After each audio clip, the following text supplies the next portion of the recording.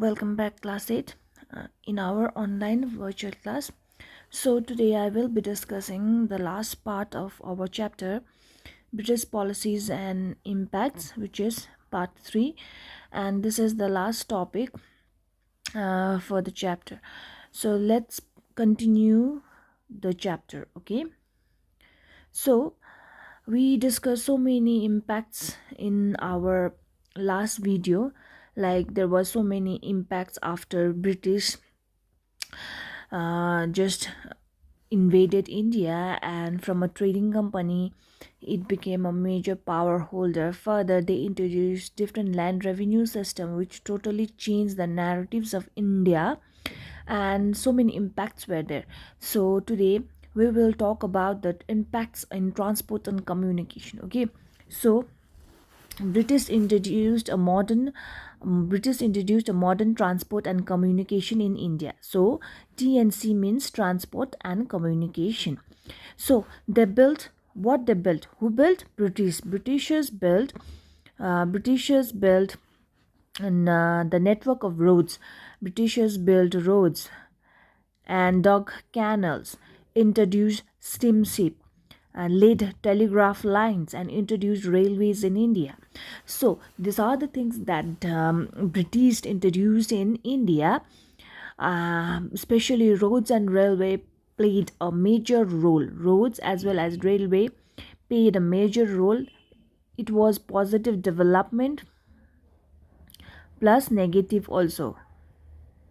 So previously, when Britishers were not there in India, India didn't had any technological advancements. But when British came to India, they totally changed the narratives of even transport and communication also.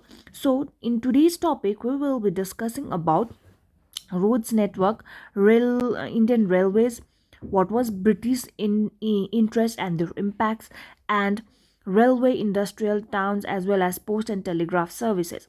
So these are the major subtopics that we'll be discussing in subsequent slides. Moving forward, so let's understand each points about road networks. First is road networks, and whatever I am discussing in this video, it's related to your book.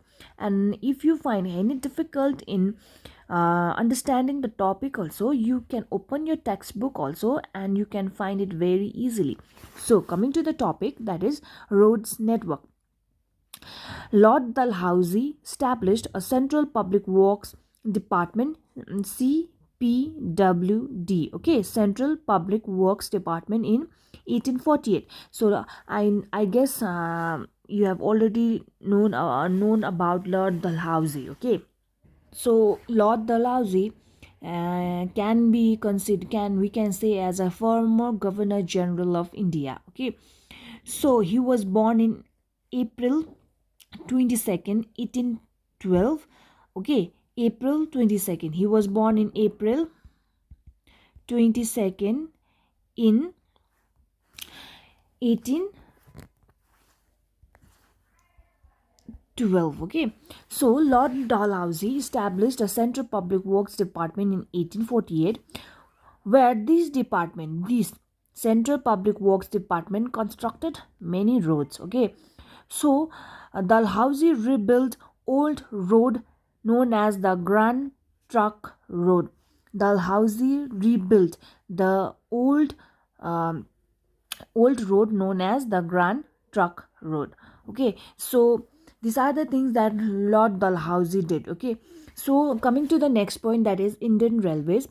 Railways was the most extensive and most important part of Britishers program, okay, which was railway, because first Indian railway was opened in 1853 between Mumbai to Thane, and 1850 in 1854, the next year, Calcutta was linked to coalfields of West Bengal. Calcutta was linked to coalfields of Bengal, and in 1856 Madras was linked to Arkonam. Madras was linked to Arkonam. So from 1853, then 1854, then 1856, what happened? There was a steady rise of establishment of connections, okay, steady rise of connections, and ultimately in 1900s India became the third largest network in the world. So by 1900s, India became third largest network in the world and covered 40,000 kilometers. It totally covered 40,000 kilometers. So what was the British interest? We talked about like British has so many interests, okay? So to in order to establish transport and communication in India also, British had their own interest. What was the interest? The interest was British developed the railways to serve their own trading interest. So if the railways are set up, railways lines are set up, then it will be very much easy to transport the goods, raw materials from India to England. So it was their selfish own trading interest. It stimulated what? The establishment of railways. It means the establishment of railways stimulated industrial development in England. Industrial development in England because raw materials from India was transferred to um, England. And in last video we have talked about, or we have finished talking about drain of wealth. Drain of wealth. So So this means that it stimulated what? The establishment of railway stimulated the industrial development in England. So railways, industrial towns. Now next topic is railways, industrial town. Railways was the most extensive and most important part for the Britishers because as we talked about, we have already talked about this one, okay? So we have already discussed, it's just a repetition. So coming to this point, post and telegraph services. Under Lord Dalhousie, British established post and telegraph department for improving communication. Postal services and telegraph department, and with these the telegraphs, all big towns and cantonments were linked with telegraph. So everything was connected with postal as well as telegraph method. So all big towns and cantonments areas were linked. Cantonment areas means a camp where Britishers used to stay. It can be called as garrison also, okay? So it was connected. So in order to stay in touch, whatever the things they are sending, they wanted to keep track of record of everything. So post and telegraph services was also introduced by Britishers. So every big or small towns or cantonment areas were linked with the telegraph. So now let's talk about impact of mass system of transport. Mass system of transport means what happened? Improved social interaction. People came to use railways, steamers, services and motor vehicles on a concrete road, and this reduced the distance between the people and ensured more interaction between people living far from each other. So what happened? What was the impact of transport? It gave that the people started to use railways, people started to use steamers, motor vehicles, and that vehicles you was to used in a concrete road. People started to use these vehicles, and it automatically reduced the distances, and people ensured that there were more interaction because they now it became very easy that people you if that people is very far from you, then far from them, then it was very easy to go and meet them. So it improved social interactions. Further, what was the impact on tribal people? Now the other impact was construction of roads and railways disturbed the tribal habitat of northern areas, okay? So in order to establish roads and in order to establish railways, Britishers used to cut down the trees, forest, okay? forest areas, so that the roads may pass, so that the railway lines may pass, and this automatically disturb the tribal habitat in northern areas. And furthermore, what happened? The officials, railway officials, humiliated the women also. So, women at that period of time also absorbed harassments from the railway officers. So, these are the impacts. Further, now let's talk about the introduction of education. So this is one of the most positive aspect that Britishers included, but it also had a negative impact also. So introduction of education.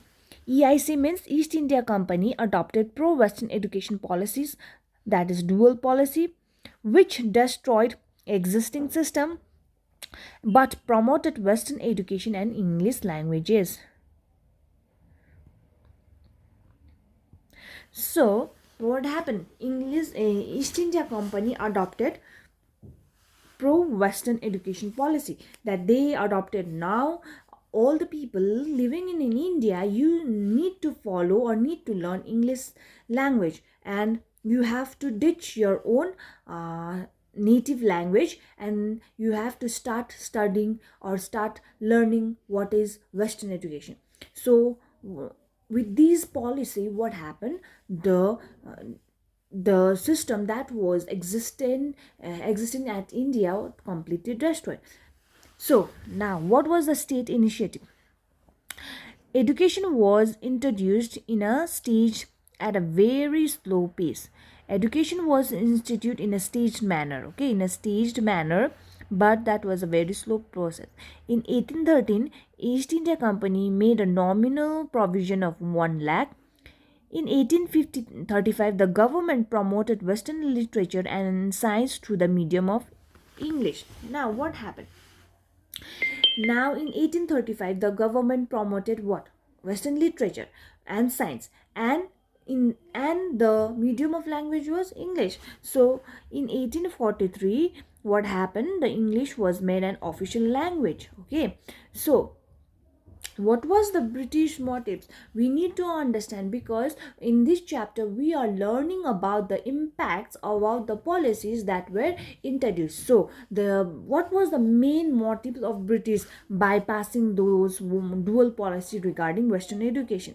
Number one means modern education was introduced basically with the objective to meet the increasing requirement of the new expanded administration. So they wanted a learned people, okay, who had better fluency in English, and they wanted, because to run the India was like a very big task for them. So rulers wanted to educate Indians to effectively carry out clerical and low administrative tasks for the British. That also they had their own motive. The main motive was to carry out clerical and low administrative tasks, not higher tasks but low administrative tasks. So this was the main motive, okay, because India was very huge and they need to administer India properly, and that's why they wanted to educate those people effectively to carry out clerical as well as low administrative tasks for the British. So what were their economic motives? Westernized Indian would create a demand for British goods and promote interest of British manufacture. Now what happened? Westernized, if the people got westernized, if the people studied in England, like got education in Western education method, then they would automatically demand the goods that were coming from British, because it was very easy to use and convenient, and that automatically promoted the British manufacture company in England. So, the social and cultural motive was the system was aimed at transforming India's society and culture. Main motive was to transform India's what society as well as culture, because society and culture was totally different. Okay, Lord Macaulay the founder of modern education in India, aimed at generating a culture of loyalty to rulers. So, Macaulay's main motive was to generate a loyalty to the rulers. Rulers means British, okay? So, at later stage, British talked about training the Indian people in the art of democracy and self-government. So, at the later period of time, when time so gradually passed, the British thought about training people into how democracy works, how self-government works. So, these democracy and self-government we shall study in civics section. So, and Britishers talked about civilizing mission and wanted to inculcate sense of contempt among educated Indians for their own culture and society. So they wanted to change the whole culture and whole society, because the pattern whatever the India were following was totally like traditional one. And when Britishers came, they had a pity in their eyes that look what people are following, and they wanted to make people educated and follow new policies that will benefit their lives too. Now, Wood's Dispatch of 1843. This is one of the most important in the chapter. From 1833, British supported the growth of limited education. As we know, in 1833, British supported the limited education. But in 1854, Charles Hood initiated a grand plan on education, popularly known as Hood's Dispatch. Okay, Hood's Dispatch aimed at promoting Western education through the medium of English and Indian languages too. Now, Wood's dispatch said that English, like Western education, should be promoted with the medium of English as well as English Indian languages. And with the in Wood's dispatch, they started granting aid to encourage private participation in the field of education. They wanted to give money or grant to those institutions who participate in the field of education. And this Hood dispatch recommended the establishment of one university in each Calcutta, Bombay, and Madras on the model of London University. So what happened was in Hood's dispatch, the recommendation was there. Now in India, three universities should be developed, one in Calcutta, one in Bombay, and one in Madras, with the model that was there in London University. And they need to follow the pattern of London University for running this Kolkata University, Bombay University, and Madras University for following up. Now, the features of colonial system of education. Now, what are the features that they follow? Okay, Western pattern and ideas. Number one is Western pattern and ideas. British use education as a tool for promoting their own interests. We know that British always was there for promotion of their interest. New system was based on Western pattern. New system was based on Western pattern, which promoted the ideas, Western ideas and culture. It ignored it ignored Indian languages, literature, and Indian masses. So, Western pattern and ideas was totally concerned about the British, okay, but totally ignored Indian languages, Indian literatures, and Indian people too. Now, English as a medium of instruction. English was adopted as a medium of instruction at that period of time. So, what happened after that was this prevented the spread of education to the masses. So, people of India was not very educated in a Western language, English language. So, what happened? This prevented the spread of education in the masses and created a gulf between educated and the masses. So there was a diversion in the society, educated people and non-educated people. So it created a wedge between the people by applying English as a medium of instruction. Now, number three, limited spread. Spread of education was limited. Government destroyed the traditional system of education, and government neglected and school education.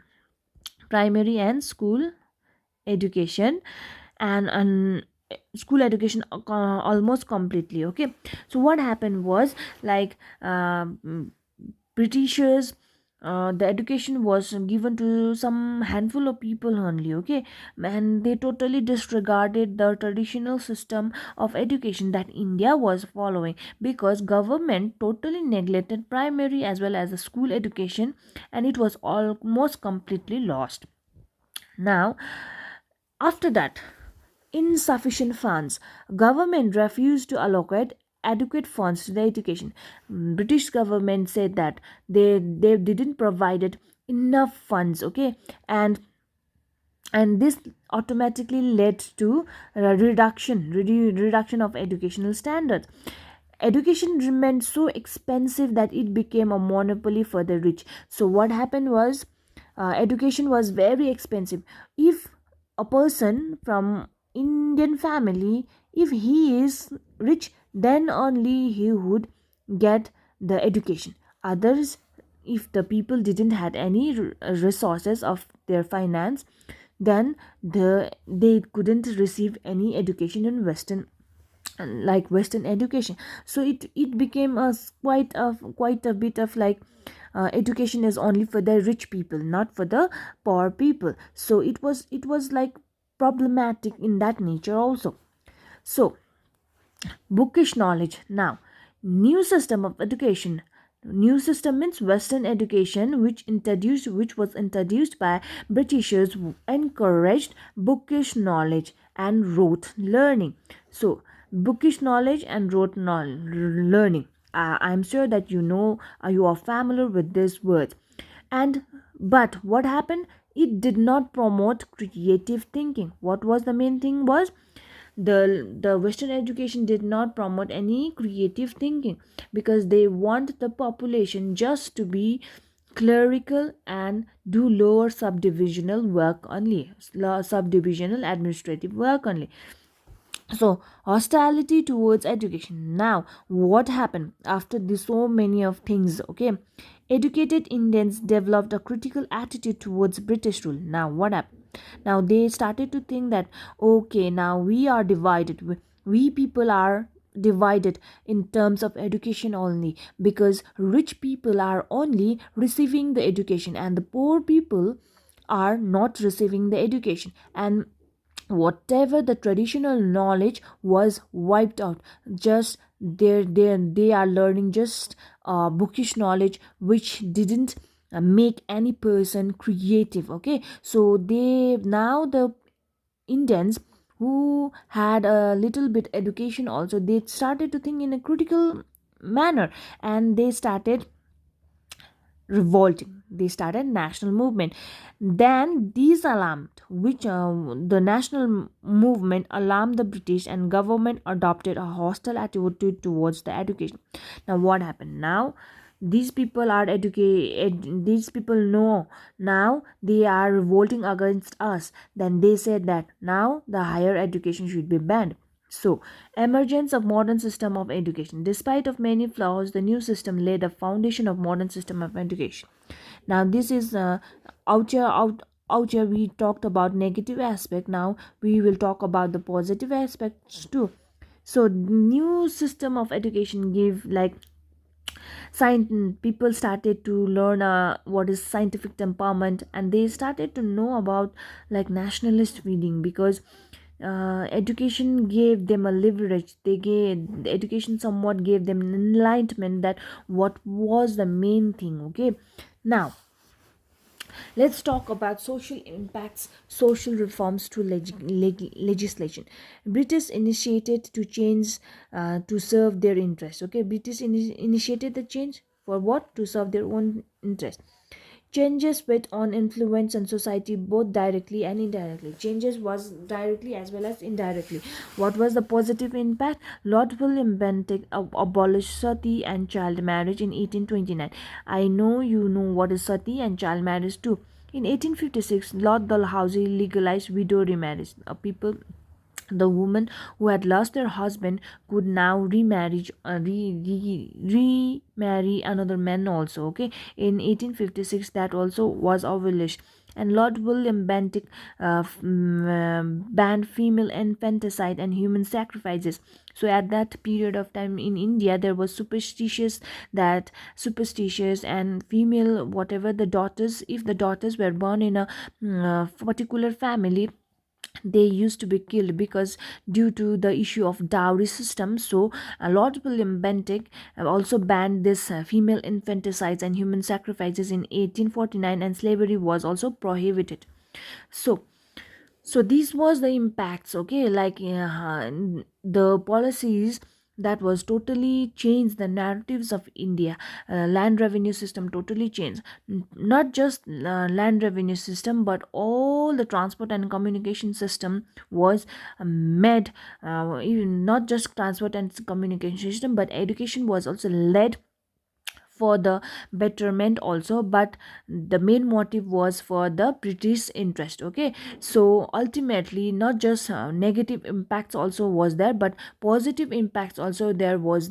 Like India got like abolition of sati, abolition of female infanticide, etc. So in next chapters, like in third term, we will be starting with the how national movement have started, because in this chapter only we talked about like when people got educated, when educated in the, like when people got education, they started to think about critically that okay, we should talk about of our freedom, we should talk about like there is a divide and rule policies are there. British is following divide and rule policies. So these are the things that we need to talk about. Then people started to have a critical thinking, and they arose like they have a sense of nationalist feeling.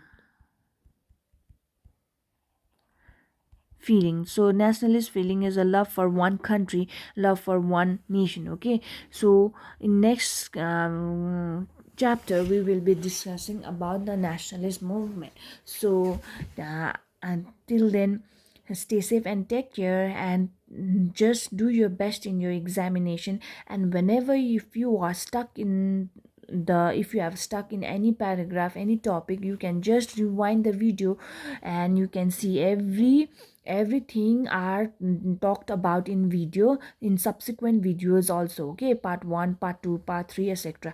So please do your work and study properly and be faithful to yourself. Till then, stay safe and take care.